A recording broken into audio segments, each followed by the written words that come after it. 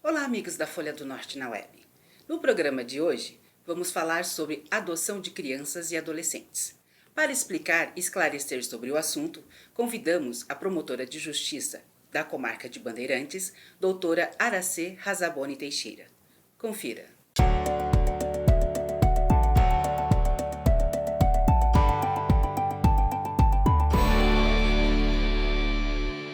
Doutora Aracê, obrigada pela participação no nosso programa, no Jornal Folha do Norte na Web.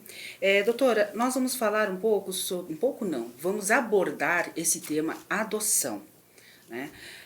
Doutora, adoção ainda é um tema discutível e preconceituoso dentro da nossa sociedade? Bom, primeiramente meus cumprimentos, obrigada Márcia, obrigada Jornal Folha do Norte pelo convite, é sempre um prazer poder conversar sobre temas tão importantes como esse, e a adoção é um instrumento de colocação da criança que sofreu negligência ou que foi entregue voluntariamente por seus genitores a uma família substituta, que vai construir pelo afeto vínculos importantes para o desenvolvimento dessa criança ou desse adolescente. Então, a adoção é um instrumento de promoção dos direitos da criança e adolescente, que é o direito da convivência familiar. Esse direito é relevantíssimo para o desenvolvimento psicossocial, físico, psicológico dessa criança ou desse adolescente. E é um tema ainda cheio de tabus, né? Existem vários mitos e várias desinformações sobre o tema, que eu acho que hoje vai ser, né, uma grande oportunidade da gente tentar esclarecer dentro daquilo que a gente puder e informar sobre esse instrumento. Quando a doutora fala sobre mito, poderia citar um deles? Um dos mitos que a gente escuta e é propagado em vários ambientes, né, dentro da comunidade, até mesmo em jornais, é que o processo é muito demorado, que a adoção demora muito, que às vezes aqueles que pretendem adotar ficam anos esperando, e a gente precisa desmistificar um pouco desse mito, porque o processo, que a gente pode até falar sobre como ele decorre, ele também depende de um perfil que o candidato à habilitação para uma adoção, ele define quando ele vai fazer essa inscrição. Então, ele seleciona o perfil da criança e do adolescente, idade, sexo, cor, religião, se tem doenças ou não tem doenças, se possui deficiência, não possui, existe um critério ali que ele pode selecionar. Então, a depender da restrição, quanto mais restrito for essa exigência do habilitante à adoção, isso pode sim levar a uma demora maior, porque o processo de adoção são cruzamentos das crianças e adolescentes que estão aptas legalmente a serem inseridas numa família substituta e das pessoas interessadas em adotar. Então, o sistema, ele é nacional, ele é interligado. Então, há um cruzamento de informações. Então, eu quero um casal de irmãos adolescentes, independente de cor, independente de raça, o sistema vai buscar, dentre a lista das crianças e adolescentes possíveis de adoção, quem está naqueles critérios, vai fazer o cruzamento. Então, a depender da exigência, esse processo é muito rápido. A gente já teve adoções em menos de 6 meses. A procura maior é por recém-nascidos? Ainda a maioria tanto para ter uma ideia, Márcia, se a gente vê a lista nacional de crianças e adolescentes que estão aptos hoje a serem inseridos numa família substituta, ela é muito maior do que a lista de candidatos aptos a adotarem. Né? Então, nós teríamos possibilidade de concretizar a adoção de todos os casais aptos a adotarem. O que dificulta e muitas vezes demora é o perfil, porque a maioria sim querem crianças menores de 2 anos, geralmente brancas, sem doenças, sem deficiência. Então isso com certeza impacta, até porque as crianças que são aptas, os adolescentes que estarão aptos a estarem num processo de adoção é porque ou foram destituídos do poder familiar, ou seja, por alguma negligência, violência extrema, abandono, os pais dessas crianças foram, pela justiça, considerados inaptos a exercer os cuidados dessas crianças. Então, ou é por essa razão, ou quando os próprios pais, ou a mãe, ou o pai, enfim, entrega voluntariamente a criança à adoção, né? Procura o poder judiciário e entrega voluntariamente. Isso é permitido pela lei, né? E nós não devemos julgar também essa condição, né? Muita gente fala, como uma mãe pode entregar um filho? Também é um ato de amor, né? Por alguma razão que a gente muitas vezes não toma conhecimento, não foi entende que não vai conseguir proteger e exercer os cuidados dessa criança e entrega voluntariamente ao poder, né, ao poder judiciário, à justiça, para fins de ser inserida numa família substituta que vai poder cuidar e exercer esses cuidados. Mas isso é raro ainda. E uma criança que sofre violência, que é negligenciada e abandono, para que haja destituição desse poder familiar desses pais, também há um processo. A justiça não pode simplesmente retirar essa criança do seu lar e decretar a perda do poder familiar de uma forma automática. Tem que ter um processo, esses pais vão ser citados, vão ter direito a ter advogado para defendê-los, a audiência, vão ser ouvidas testemunhas, a rede de proteção, psicólogos, assistentes sociais, saúde, muitas vezes tem conhecimento de como que era a situação da família, vão prestar esclarecimentos ao Poder Judiciário e ao final vai ser dada uma sentença que vai julgar se realmente aquela família tinha condições de exercer cuidados e proteção daquelas crianças. E ainda caberá recurso. Então é um processo. Até porque, até onde eu tenho conhecimento, doutora, a justiça, quanto mais a criança manter o laço original, familiar, né, para poder resgatar, porque tem que buscar resgatar o máximo possível a família. Perfeito, Márcia. Perfeita a sua colocação. Porque pela lei, pelo Estatuto da Criança e do Adolescente, pela Constituição, a família natural é o local de afeto, de vínculo, de reconhecimento daquele sujeito, de identidade daquela criança, daquele adolescente. Então, o poder público tem que unir esforços para promover aquela família, né? Salienta-se aqui que ninguém pode ser destituído do poder familiar por carência financeira, por dificuldades financeiras, por carência material, né? O poder público tem que prover essa família, tem que dar instrumentos para que ela se erga, para que ela caminhe na proteção, né? Então, sim, a família natural é o local de preferência que essa criança precisa se desenvolver. Mas, às vezes, e muitas vezes, mesmo toda a rede de proteção atuando em prol de uma família, movimentando para que ela busque, né, e receba orientações e busque formas de proteger aquela criança, não sendo negligente, não abandonando, não inserindo ela em locais de perigo, de drogas, enfim. Mesmo atuando e fazendo dessa forma, muitas vezes isso não é possível. Não há um movimento dessa família no sentido de proteger. E aí, nesses casos, excepcionalmente, vai ter que afastar. E uma das formas de colocação numa família substituta, que a gente diz, né, para promover a convivência familiar, é a adoção. Ela é uma das formas, né?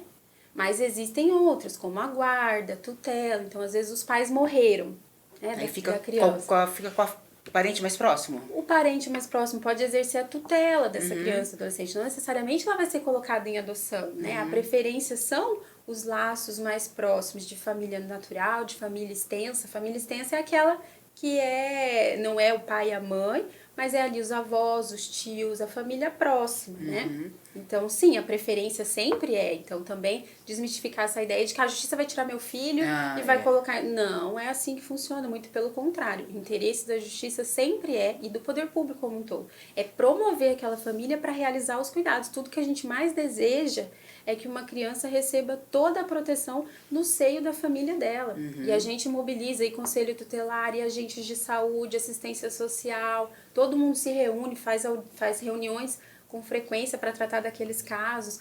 O que mais que a gente pode fazer para auxiliar essa família, para que ela movimente para cuidar? Falta um pouco mais, de repente, de um trabalho de conscientização, até mesmo de divulgação desse tipo de conscientização na sociedade? Sim, nós ainda, e não é mentira dizer que nós somos uma sociedade preconceituosa, né? Então, isso se reflete em vários campos da vida. E no processo de habilitação para adoção não é diferente.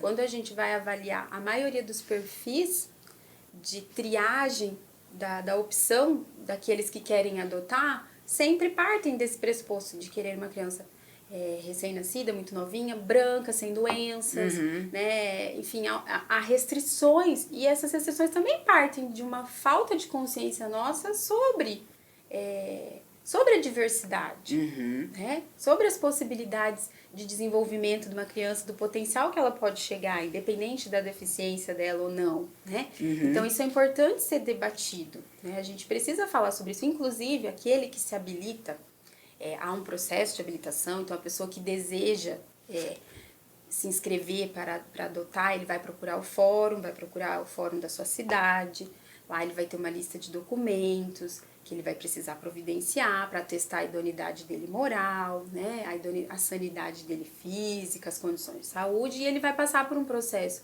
também de avaliação psicológica, social com a equipe do fórum. E nesse processo, também pela lei, já é colocado que seja estimulado nesse trabalho com esse pretendente à adoção, a adoção interracial, de grupos maiores, de grupos de irmãos. Então, já é trabalhado também no processo de habilitação para a adoção, nessa inscrição prévia, também já é colocado para ser trabalhado esses temas, né? Para a gente tentar desmistificar e possibilitar que o maior número de crianças e adolescentes tenham uma família, e que essas famílias que tanto desejam, né, tornar filho essas pessoas, que elas também atinjam esse objetivo de concretizar a família do jeito que ela planejou, né?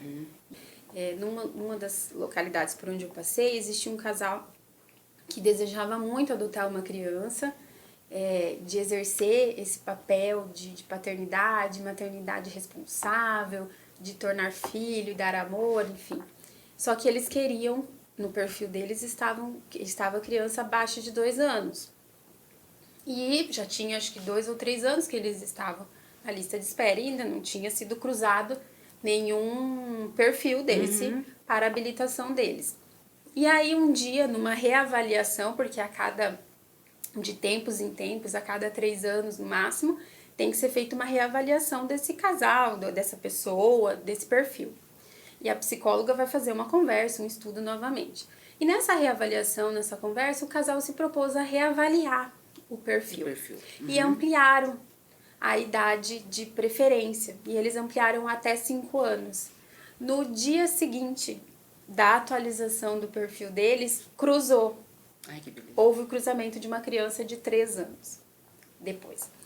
E eles, em poucos meses, como já tinham habilitação e a criança já estava destituída do poder familiar, em poucos meses eles estavam com a criança.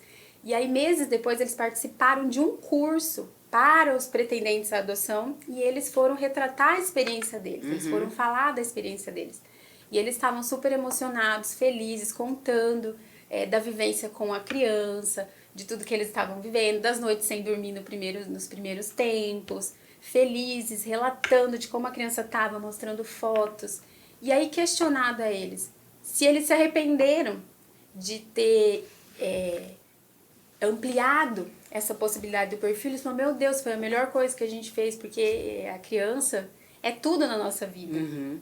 É tudo, a gente não se arrepende em nada. Esse 1 ano ou 2 que ele tinha a mais do que a gente inicialmente pensou, pra gente hoje isso não tem o menor sentido. É uma questão numérica. Ele é tudo na nossa vida. Na verdade é uma questão numérica, né? Então, é isso que a gente precisa refletir. E isso foi muito rápido, né? Mas até então, a demora era grande porque é aquele perfil que todo mundo deseja.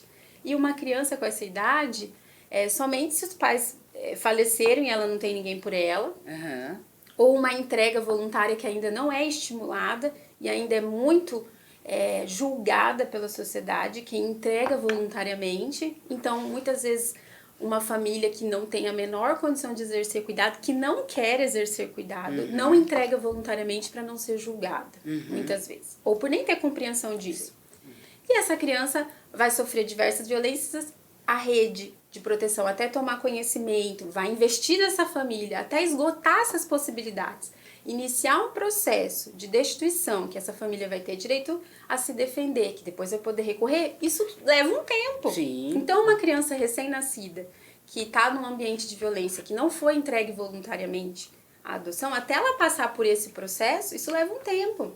E isso também é uma garantia do cidadão.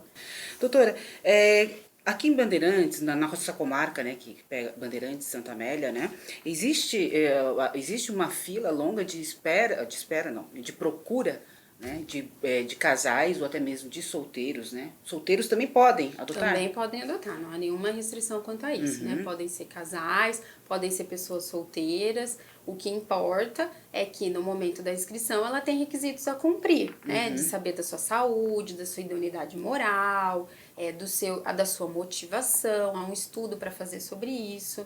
Mas isso é independente, né? E na nossa comarca, a procura é grande ou Nós, com frequência, temos novos pedidos de habilitação, né?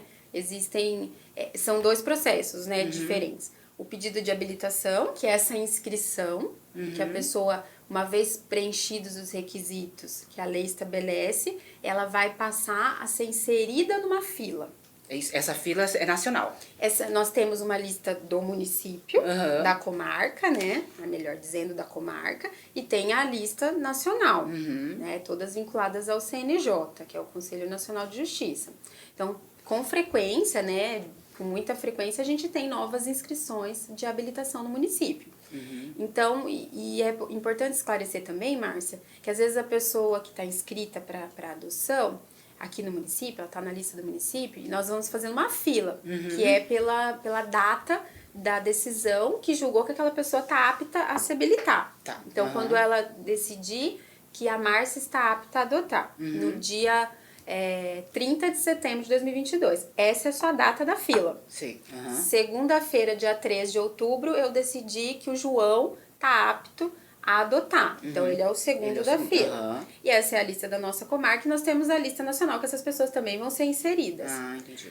Muitas vezes, o que ocorre? Às vezes, o João, pelo critério que ele estabeleceu de criança que ele deseja adotar, vai ser chamado primeiro para uma adoção. E aí, a Márcia vai ficar muito brava. Ela vai falar, tá vendo? Eu era antes do João e o João adotou primeiro. Mas aí, a gente vai ver o perfil da Márcia. Ela tá lá, crianças de 0 a 6 meses. E o João colocou adolescentes, grupo de irmãos. E aí, no cruzamento daqueles que estão aptos a serem inseridos em família, já tem um grupo de irmãos, vários grupos de irmãos esperando. Então, essa adoção vai ser quase que imediata.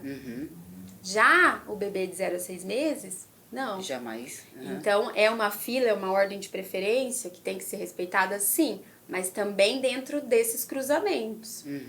Doutora, o número maior de crianças para adoção são adolescentes? Grupos de irmãos, irmãos. Adolescentes, crianças maiores de 6 anos. Ah, tá.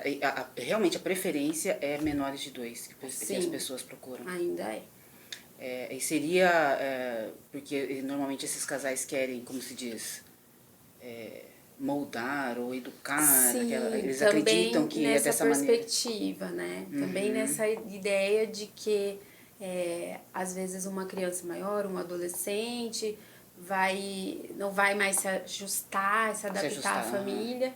E o que a gente percebe é muito diferente disso nas adoções que a gente concretiza de crianças maiores, de adolescentes, é que esse adolescente, essa criança maior, eles compreendem, eles sabem, né, o que significa. E essa disponibilidade do amor do pretendente à adoção, que se casa com essa vontade de se pertencer, de fazer parte de uma família, dessa disponibilidade também da criança e do adolescente que está nessa faixa etária, se cruzam. E é lógico, dificuldades todos nós temos, né? Em qualquer convivência, se relacionar é muito difícil. Mas é por isso que nesse processo também de adoção, existem os grupos de apoio, existe um acompanhamento também da rede, para propiciar instrumentos de auxílio para lidar com esse momento. O casal, ou a pessoa, né, o adotante, né, ele tem que ser realmente, que a gente estava comentando antes, né, doutora, ser livre de preconceitos, né, tem que ser, ou seja, a partir do momento que a pessoa quer adotar, né, o adolescente ou a criança, ela tem que adotar por afeição, por amor, não porque pensando no futuro, eu estou sozinha, ou vou ficar sozinho, ou uma pessoa... a pessoa tem que estar livre, né? De dar amor, né? E não é clichê dizer, é um ato de amor. A adoção é você tornar filho quem biologicamente não veio de você. É tornar filho pelo afeto, pela afeição, pela construção de vínculo, de relação, né? Se relacionar é construir vínculos, é se conectar, né? E você tem que estar nessa disponibilidade. Quem quer adotar precisa estar nessa disponibilidade. Eu quero tornar filho uma criança, um adolescente. Eu quero que ele pertença à nossa família. Doutora, casais homoafetivos também podem?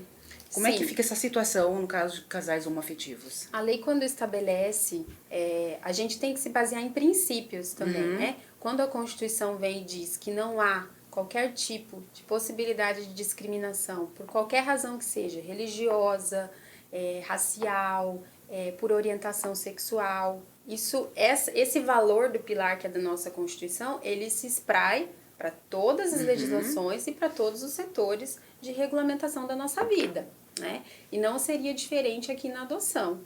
Embora a lei embora o ECA não descreva expressamente assim, olha, podem adotar casais homoafetivos, casais heteroafetivos. Ele não esmiuça dessa forma, ele diz que podem adotar pessoas maiores de 18 anos, que tem uma diferença de idade mínima de 16 anos com aquele que se quer adotar, que podem ser casais ou podem ser solteiros.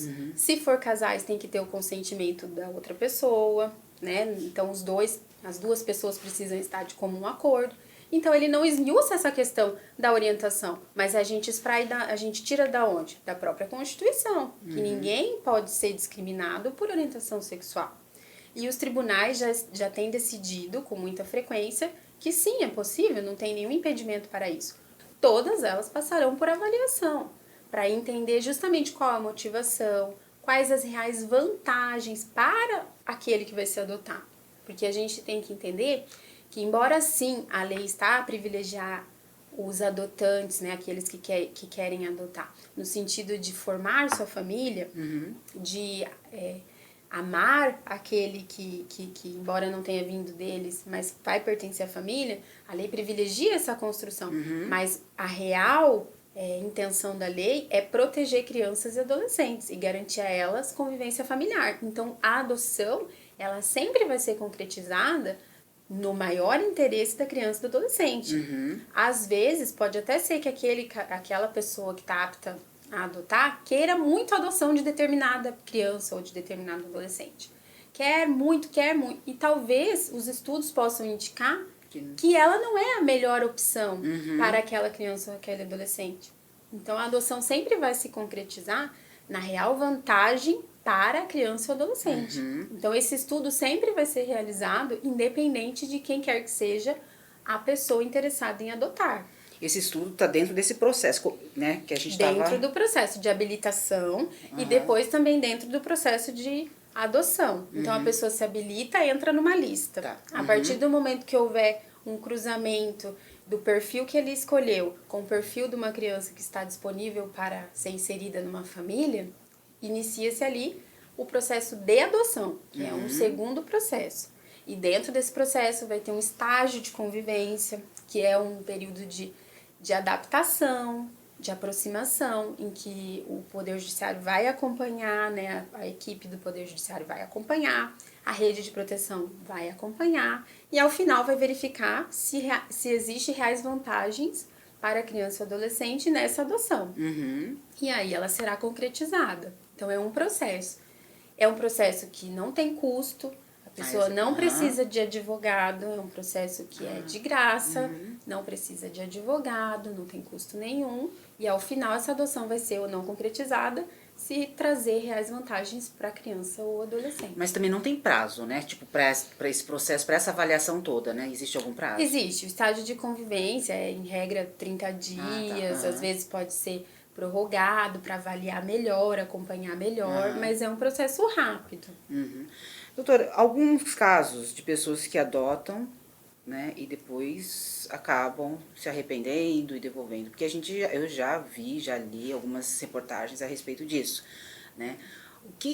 Qual o posicionamento do Ministério Público com relação a isso? Sim, infelizmente ocorre, não é tão frequente, mas acontece. Isso se deve talvez a uma falha na preparação dessas pessoas que estão interessadas em adotar, para talvez identificar qual seria a motivação. Talvez fosse uma motivação que não resistiria a uma vida de construção de amor, de relacionamento, que é difícil. Então, muitas vezes a motivação, eu quero ajudar essa criança, né, de caridade e não de disponibilidade, de estar aberto para amar incondicionalmente, porque filho a gente ama incondicionalmente. O que ocorre é que a adoção, uma vez julgada procedente, né, deferida, ela é irrevogável. É filho e ponto, acabou. Você não pode voltar atrás. Mas a pessoa, acontece de devolver ao Poder Judiciário a criança ou adolescente, voltar pro serviço de acolhimento, porque seria ainda mais violência ela continuar naquela família que não a quer. Então, não é raro, acontece, já aconteceu, de ter que voltar para a instituição de acolhimento para proteger essa criança dessa família que estava violentando, ainda que psicologicamente a criança, né? De não querê-la mais lá, de ignorá-la, de não dar mais amor. Então, qual a posição do Ministério Público? Com certeza, a avaliação concreta ali, porque é possível indenização por dano moral, pelo abalo psicológico na vida dessa criança, pela violência que essa criança está vivendo novamente. Porque para ela ter sido inserida na possibilidade de ser adotada é porque ela já sofreu algum abandono ou já passou por algum trauma. E aí, novamente, ela ser submetida a isso é um abalo muito sério. Então, essa família ou essa pessoa precisa sim ser responsabilizada civilmente por dano moral. É possível ainda pedir alimentos, porque essa criança não deixou de ser filha desse casal que devolveu ou dessa pessoa que devolveu. É porque é filho. É filho? Irrevogável. Então, tem direitos sucessórios. Então, se morrerem, terá direito à sucessão. É porque tá no papel, né? Sim. Como diz, né? Tem direito à pensão alimentícia, a não ser que depois se encontre uma outra, né, família para inserir, e esses pais que adotaram vão ser destituídos do poder familiar, e essa criança ou adolescente inserida numa nova família, e desliga-se os vínculos com essa. Mas isso é possível. Doutora Aracê, eu quero agradecer, né, a sua participação aqui no nosso programa. Eu deixo o nosso canal aberto para a doutora falar alguma coisa a respeito, né, deixar aí alguns comentários aí relevantes com respeito à adoção. Muito obrigada, Márcia. Agradeço novamente o convite, a Folha do Norte, pelo papel social que desenvolve, que é muito relevante para a nossa comunidade, de trazer um tema tão importante e que é prioridade de entendimento pela comunidade, porque diz respeito à proteção de crianças e adolescentes, que é o nosso futuro, que é a garantia, né, de um país feliz e saudável, é o investimento na criança e no adolescente. E eles estando felizes numa convivência familiar, a gente está em grande passo para esse objetivo, né? Então, também me coloco à disposição para qualquer dúvida, para sempre que quiserem, porque me sinto feliz em poder contribuir de alguma forma. Obrigada. Muito obrigada, doutora. Amigos, obrigada pela participação de vocês, pela presença. E essa reportagem, essa entrevista, vocês podem encontrar nas nossas redes sociais e no nosso site também. Boa tarde e até mais.